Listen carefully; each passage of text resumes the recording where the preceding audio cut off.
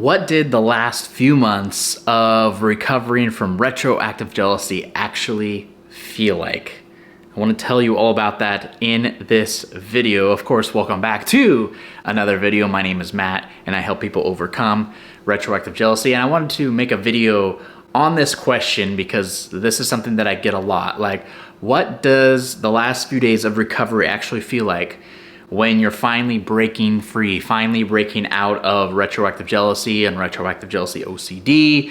Like, does it just all end at one time? Is it a progress? Do you know it's happening? You know, what are those final stages? Because I know that there's a lot of us out there that are in their final stages or feel like they're in their final stages and just want to make sure, like, you know, should I start getting excited about this, or what's the case when it comes to this? So I'll get to that in this video, my own personal story after suffering from 13 years, what those final few days actually felt like before retroactive jealousy was gone from my life forever. Before we get started though, if you could take a quick moment and smash the like button, that'll activate YouTube's algorithm and get this video out to more people that need to see it. So I'd greatly appreciate it. And of course, before you go today, please check out the links in the description below. I got 3 incredible retroactive jealousy courses down there. Basically all of them hitting each kind of head of retroactive jealousy. Each course is very powerful. If you bundle them and do them all together, I really think it is the biggest punch you could possibly do to RJ. It's going to give you step-by-step instructions on how to overcome RJ, how I personally did it, and how I've helped at this point, I mean, over almost 2 years of doing this, thousands of people do it. So please check those out and enroll before you go today. Everything is below. Okay, so what did these last few days feel like for me? So before I get to the final few days, let me tell you, for those of you who may not know, but basically the last 2 months of me really suffering from RJ before I was out, I really committed to myself and I said, like, no compulsive behaviors. I'm done. The reason I was so like very stern on that fact and literally was like, I'm not going back to compulsive behaviors, absolutely not at all, was because I'd been doing them for 13 years, right? And they didn't work for me then. They always got me in more trouble.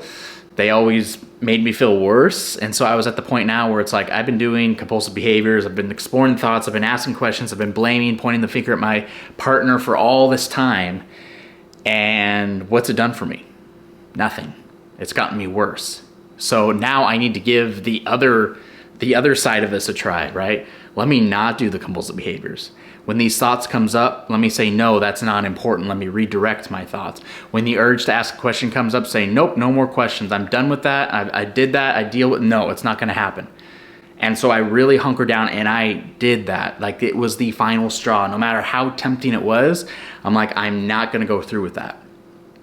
Another thing that I did for about a month or so, consistently every single morning, was 20 minutes of meditation. Because that was a big thing for me when I read, like, what the meditation reverses the fight or flight response, meditation calms anxiety, meditation puts us in the present moment. These are all RJ killers right here. Present moment, no anxiety, fight or flight reverse, all of this helps cure RJ, right? So I'm like, why wouldn't I do this on a regular basis if this is something that's going to help me do it?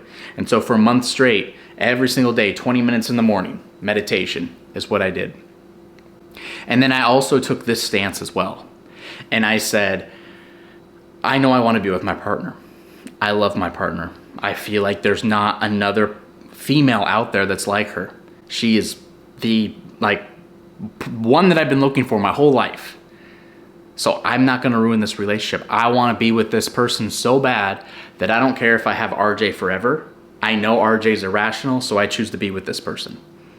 And when I declared that, when I said that, I don't care if I wake up every day and feel this way and have RJ, I don't care anymore. I'm just going to live my life as if I don't have RJ. Yes, I feel it. Yep, it's there. I feel you. But I'm going to live my life as if I don't have you, RJ. I declared that and did that for about a month's time. So with no compulsive behaviors, meditation on a consistent basis, and living life like that, I broke free. In just a matter of about a month of combining all those together. That was very powerful for me. So in my last few days of recovery, did I actually know I was overcoming this? Not really.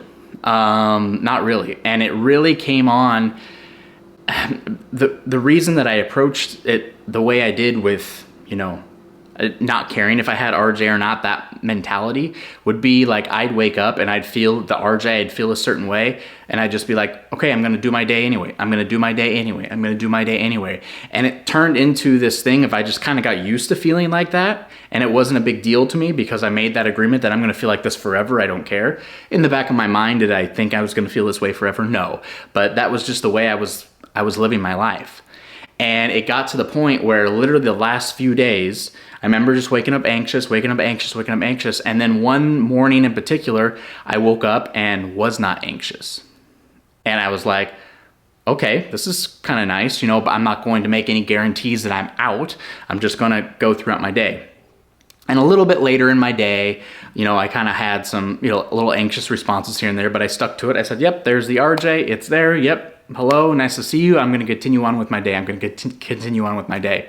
And that happened for a couple days where I wasn't feeling as anxious. Maybe it would come on a little bit later in the day, but I still stuck to my methods.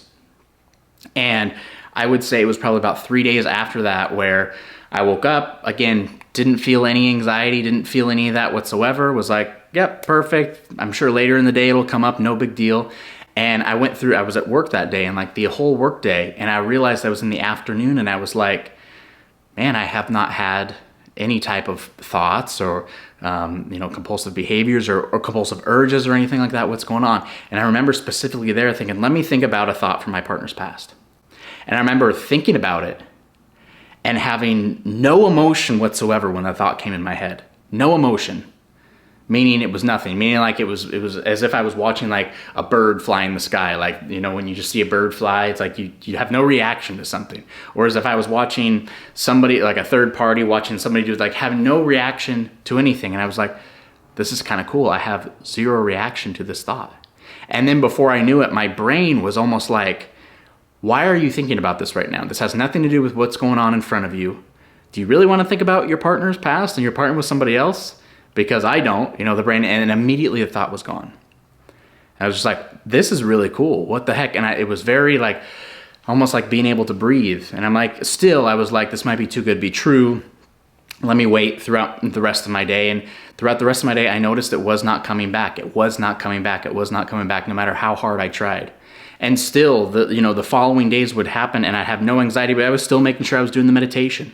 I was still making sure, if there was a compulsive behavior questions that came up, they didn't, but I'd be like, I'm just not going to go there. I'm not going to explore it.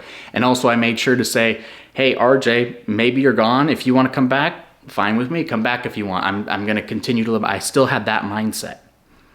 And guess what? Since then, it's never come back.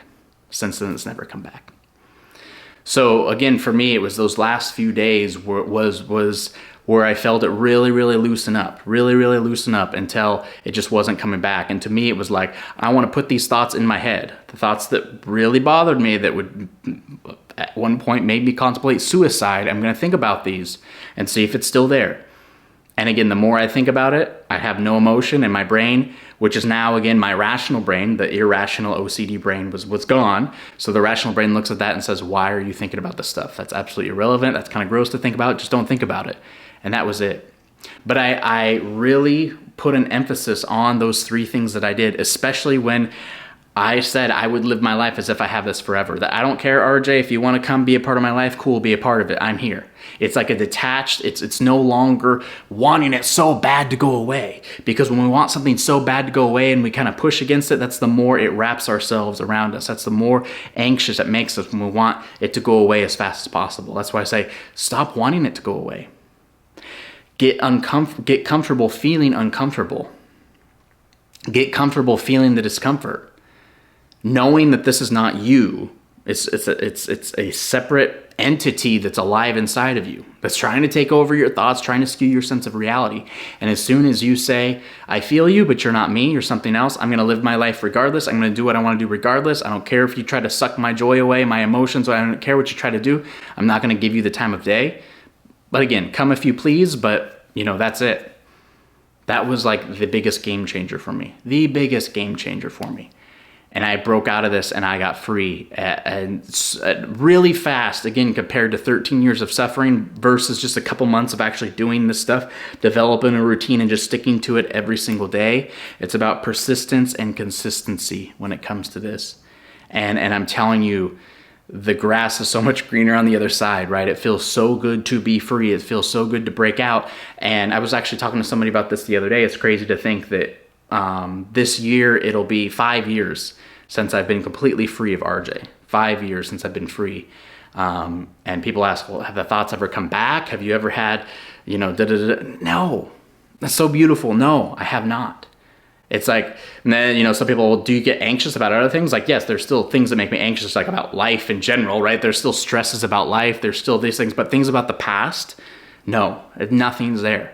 It's gone. It's complete. Because again, this RJ, this entity, this thing, this disease, whatever you want to call it, it's no longer inside of me anymore. It's gone. It's been removed. And I think I stand with the confidence too to know that if for some reason this thing was to come back, I would know exactly how to handle it. I know exactly how to handle it, right? I'd move forward with my day anyway. I'd know not to give it the time of day. I'd know to feel it. Yep, you can stick around if you want, whatever you want to do, but this is not me. I'm just going to live my life regardless. I know that was such a huge key step in defeating RJ and now using this in other areas of my life. Just, when it comes to, obstacles or things, feeling it, but doing it anyway, right? And that's what it really comes down to. So that's my little spiel. That was what those final days of recovery were like for me. And I know if you adopt these strategies in your life too, you are more than capable and will overcome this. When I've shared these details with others and they have implemented it, they've seen incredible, incredible results. So I know your amazing results are just around the corner. And of course, if you want some more information on this, you want me to do a deeper dive kind of into this stuff, I lay it all out in my courses. So check out the links in the description below, enroll in any of my courses, and you get my personal email address absolutely free. So you get email coaching with any course that you enroll in. You can also bundle all my courses and get my master course where you get a ton of free bonuses, and you get my email address as well with that for an extended period of time. So you got nothing to lose when it comes to this stuff, nothing to lose, and freedom to gain, your life back, right? So I really want you to take initiative this year and overcome this once and for all. I know you are more than capable of doing it. If I could do it, you can do it. And guess what? Not just me have done it, but thousands of others have done it. So you can do it as well. Thanks for joining me today, everybody, and I will see you in the next video.